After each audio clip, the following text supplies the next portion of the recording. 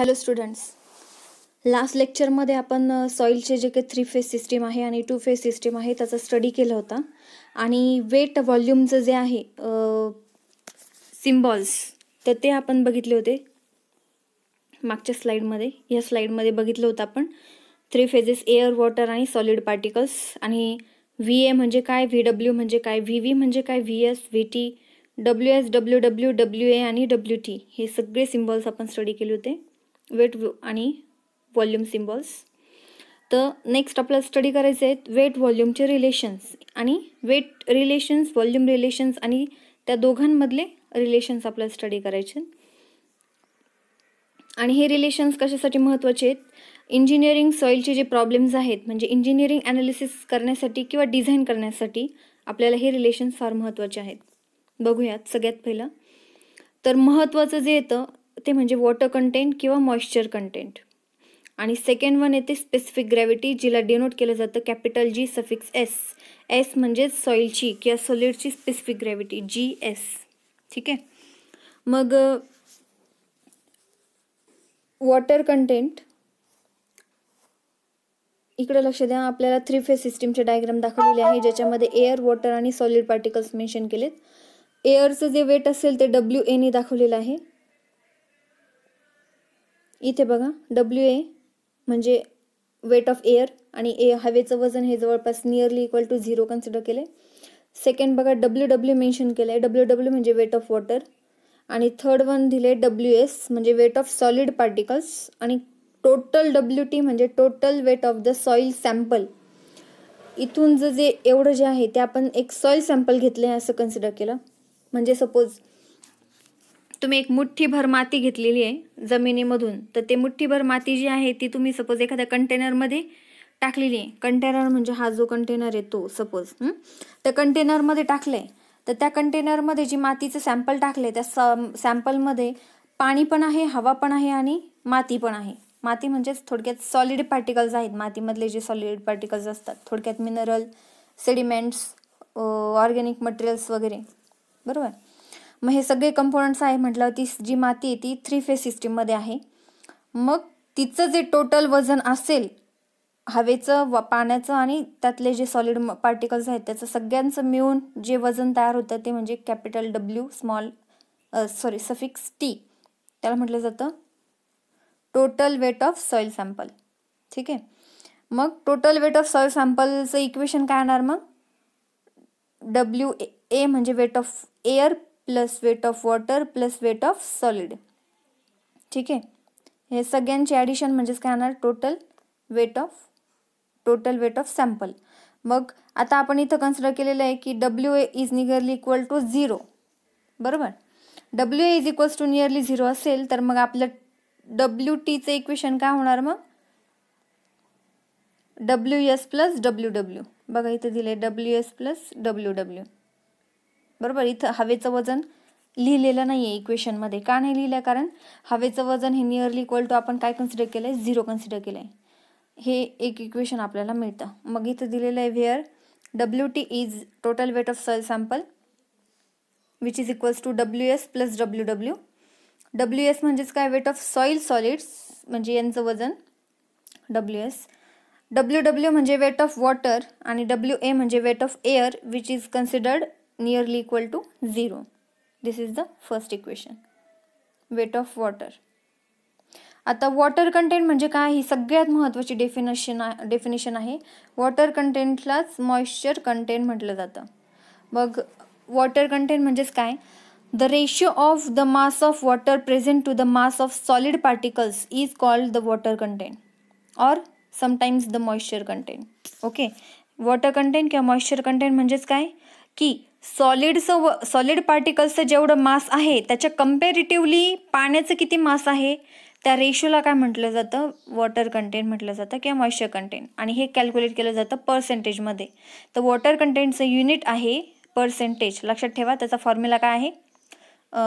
अगोदर water कंटेंटला represent केलं जातं WC किंवा नुसतं बुक्समध्ये जर तुम्ही बघितलं तर फक्त स्मॉल W मेन्शन केला जातो वॉटर कंटेंटसाठी. ठीक आहे. Which is equals to WW divided by WS.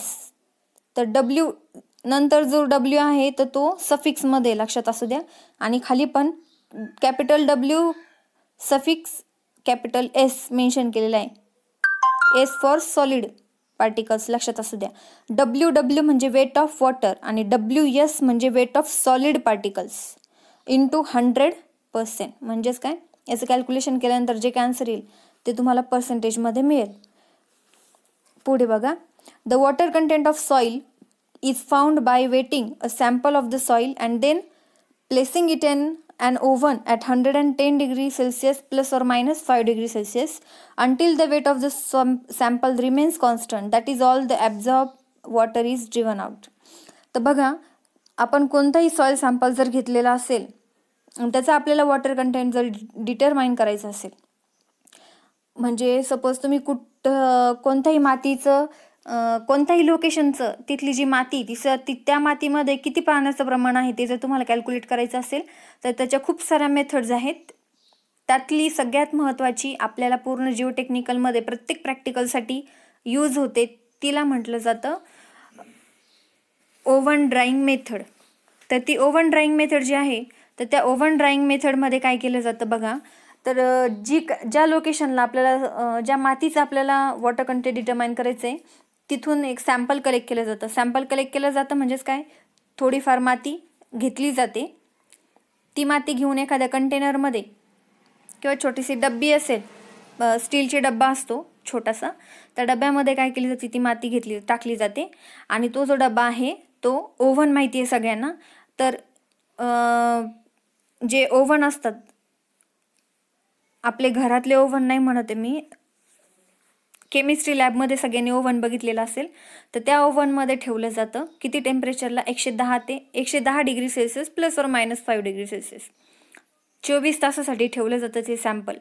पण ते सॅम्पल ठेवण्यापूर्वी अगोदर काय केलं जातं, त्या मातीचं जे अगोदरचं इनिशियल वेट आहे ते घेतलं जातं, म्हणजे पाण्यासोबतचं वजन, बरोबर की नाही. कारण ती जी माती आहे त्या मातीमध्ये काहीतरी पाण्याचं प्रमाण आहे, मग ते पाण्याचं प्रमाण आणि मातीचं वजन सहित सुरुवातीचं वजन घेतलं जातं. आणि 24 तासानंतर ओव्हनमध्ये ठेवल्यानंतर 24 तासानंतर जेव्हा तिचं वजन सारखं राहील, कॉन्स्टंट राहील, ॲटलिस्ट खरं म्हणजे या टेस्टमध्ये 24 तासानंतर डिरेक्टली काढून घेतलं जातं आणि डायरेक्टली त्याचं वजन केलं जातं त्या कंटेनरचं. मग काय करायचं, 24 तासानंतर ते सॅम्पल घ्यायचं, त्याला थोडं थंड होऊन द्यायचं आणि लगेच त्याचं काय करायचं, वजन घेऊन टाकायचं. मग ते वजन आणि इनिशियल वजन त्या दोघांचा जर डिफरन्स जर घेतला तर तुम्हाला काय मिळेल, पाण्याचं वजन किती होतं म्हणजे वेट ऑफ वॉटर तुम्हाला त्याच्यावरून मिळेल. आणि वेट ऑफ सॉलिड काय मिळणार तुम्हाला, जी ड्राय सॉइलचं मास असेल बघा, म्हणजे वेट ऑफ सॉलिड म्हणजेच काय, ड्राय सेकंड जे तुम्ही फायनल जे रिडिंग घेणार ते म्हणजे WS असेल. Initial reading minus final reading तुम्ही जे घेणार तर त्याला आपण वेट ऑफ वॉटर तुम्हाला त्याच्यावरून मिळेल. आणि त्या दोघांचा रेशोवरून तुम्हाला काय मिळणार, WC वॉटर कंटेंट मिळेल. ठीक आहे, ही अशा पद्धतीची सोपी मेथड आहे वॉटर कंटेंट डिटरमाइन करायची. जे पुढे आपल्याला जेवढ्या काही टर्म्स आपल्याला स्टडी करायचे आहेत किंवा जेवढे काही एक्सपेरिमेंट्स आपल्याला स्टडीला आहे जिओटेक्निकल इंजिनिअरिंगमध्ये, त्या प्रत्येक सॉइलची जी काही प्रॉपर्टी आहे, इंडेक्स प्रॉपर्टी, ती कॅल्क्युलेट करण्यासाठी आपल्याला वॉटर कंटेंट डिटरमाइन करणं मस्ट आहे. त्यामुळं हा जो एक्सपेरिमेंट आहे तो प्रत्येक प्रॅक्टिकलमध्ये रिपीट होणार आहे. ठीक आहे, नेक्स्ट बघूया. Specific gravity. सगळ्यांना स्पेसिफिक ग्रॅव्हिटी माहिती आहे, सगळे स्टडी केलेले असणार आहेत, फिजिक्स वगैरेमध्ये झालेलं असणार आहे स्पेसिफिक ग्रॅव्हिटी, मॉस टॉसमध्ये पण झालेलं असणार, तरी पण इथे रिपीट करूया. स्पेसिफिक ग्रॅव्हिटी म्हणजेच काय, the mass of solid particles is usually expressed in terms of their particle unit weight or specific gravity of the soil grain solids. म्हणजेच काय, जे काही सॉलिड ग्रेन पार्टिकल्स असतील किंवा सॉइल ग्रेनचे सॉलिड्स असतील तर त्यांच्या पार्टिकलचं पर्टिक्युलर युनिट वेट जे आहे किंवा त्याला आपण काय म्हणतो, स्पेसिफिक ग्रॅव्हिटी म्हणतो. आणि ती स्पेसिफिक ग्रॅव्हिटी डिनोट केली जाते कॅपिटल G ने, सफिक्स S मेन्शन केलेले, ग्रॅव्हिटी ऑफ सॉलिड म्हटलं जाईल तिथे. मग ठीक आहे, S म्हणजे सॉलिड लक्षात ठेवा. जर सफिक्सला जर S असेल तर समजून जायचं सॉलिड, सफिक्सला जर W असेल तर वॉटर आणि सफिक्सला जर A असेल तर मग एअर. ओके, आणि मग कोणती प्रॉपर्टी असतो, आता इथं आपण 2 प्रॉपर्टीज शिकलोत इंडेक्स प्रॉपर्टीज सॉइलच्या. पहिली वॉटर कंटेंट आणि दुसरी स्पेसिफिक ग्रॅव्हिटी. वॉटर कंटेंटला डिनोट केलं जातं स्मॉल w ने आणि स्पेसिफिक ग्रॅव्हिटीला डिनोट केलं जातं कॅपिटल G ने. मग त्याला सफिक्स कोणता लावला आहे त्याच्यानुसार सॉलिडची स्पेसिफिक ग्रॅव्हिटी आहे, वॉटरची आहे की एअरची आहे, मग त्याच्यावरून आपण काय करायचं, ॲब्रिव्हिएशनचा लॉंग फॉर्म डिटरमाइन करायचा, लक्षात घ्यायचा. आता इथे GS मेन्शन केलंय म्हटल्यावर काय, specific gravity of soil grain solid, सॉलिडची स्पेसिफिक ग्रॅव्हिटी मेन्शन केली. ठीक आहे, बघा मग पुढे. The specific gravity of solid substance is the ratio of the weight of given volume of material to the weight of an equal volume of water at 20 degree Celsius. 20 degree सेल्सिअसला जो काही solid substance आहे तर त्याचं जे काही volume असेल, व्हॉल्यूमचं एका युनिट व्हॉल्यूमचं जे वजन आहे as compare to equal volume of वॉटरचं वजन. ठीक आहे, सपोज 1 लिटर पाणी आहे तर 1 लिटर पाण्याचं जेवढं वजन असेल आणि त्याच्या रिलेटेड दुसरं एखादं सॉइल सॅम्पल असेल किंवा दुसरं एखादं मटेरियल असेल त्याचं पण 1 लिटर व्हॉल्यूमला जे काही वजन भरेल तर त्या दोन्ही वजनाचा जो रेशो असेल पाण्याच्या वजनाला कम्पेअर करून 20 डिग्री सेल्सिअसला मेजर करायचं, ते त्या दोघांचा रेशो म्हणजेच काय, GS स्पेसिफिक ग्रॅव्हिटी. फॉर्म्युला काय येतो मग, WS डिवायडेड बाय WW. आता WS म्हणजे काय, आता इथे स्पेसिफिक ग्रॅव्हिटी आपण सॉइलसाठी स्टडी करतोय म्हणून GS येणार इथे. ठीक आहे, मग GS for specific gravity of soil is equals to WS म्हणजे काय, weight of solid divided by weight of water is equals to, आता वेट ऑफ सॉलिडला मेन्शन केलं जाऊ शकतं गॅमा S इंटू VS. आता गॅमा म्हणजेच काय, युनिट वेट येतं, लक्षात असू दे सगळ्यांनी. गॅमा म्हणजेच unit weight.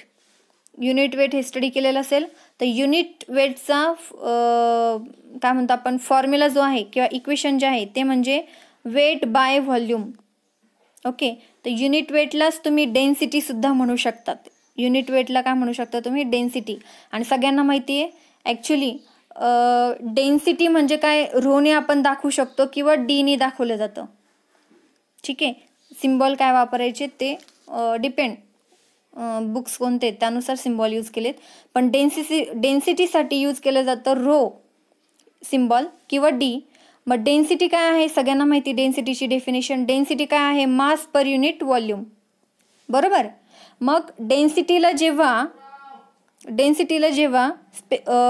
Acceleration due to ग्रॅव्हिटीने multiply केलं जातं तेव्हा काय होतं, युनिट वेट तयार होतं. ठीक आहे, मग त्यामुळे आपली युनिट वेटची डेफिनेशन काय झाली, वेट पर युनिट व्हॉल्यूम. का, कारण mass into acceleration due to gravity ह्या दोघांचं इक्वेशन काय येतं, इज इक्वल्स टू W येतं. कारण वेट काय, वेट आणि मासचं रिलेशन काय आहे, weight is equals to mg, बरोबर. आणि मग त्यामुळं रो जो आहे, रो काय आहे, मास पर युनिट व्हॉल्यूम. जेव्हा मासला जीने मल्टिप्लाय केलं जातं तेव्हा इथं काय होतं, m इंटू जीनी मल्टिप्लाय केल्यानंतर इथं W मध्ये रूपांतर होतं आणि W डिवायडेड बाय V काय होतं मग, गॅमा, याला म्हटलं जातं गॅमा. आणि गॅमा म्हणजेच तुमचा येतो युनिट वेट. मग इथं फक्त इक्वेशन काय केलेलं आहे, उलटं पुलटं केलेलं आहे. कारण गॅमा काय आहे, W डिवायडेड बाय V, मग W काय येईल, गॅमा इंटू V, बरोबर. आणि मग हे जे रिलेशन आहे ते बघा इथं दाखवले, WS आहे, WSच्या ऐवजी मग gamma S into VS mention केलं आहे, गॅमा इंटू Vचं गॅमा S इंटू VS. आणि WWला कसं मेन्शन केलं मग, गॅमा W इंटू VW. ठीक आहे, आणि मग याच्यामध्ये काय झालं,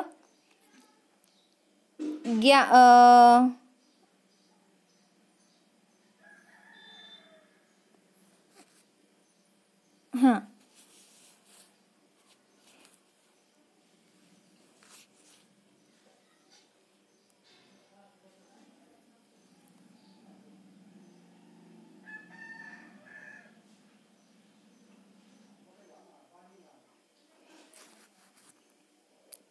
ओके, तर अशा पद्धतीने स्पेसिफिक ग्रॅव्हिटीचं काय आलं, रिलेशन आलं.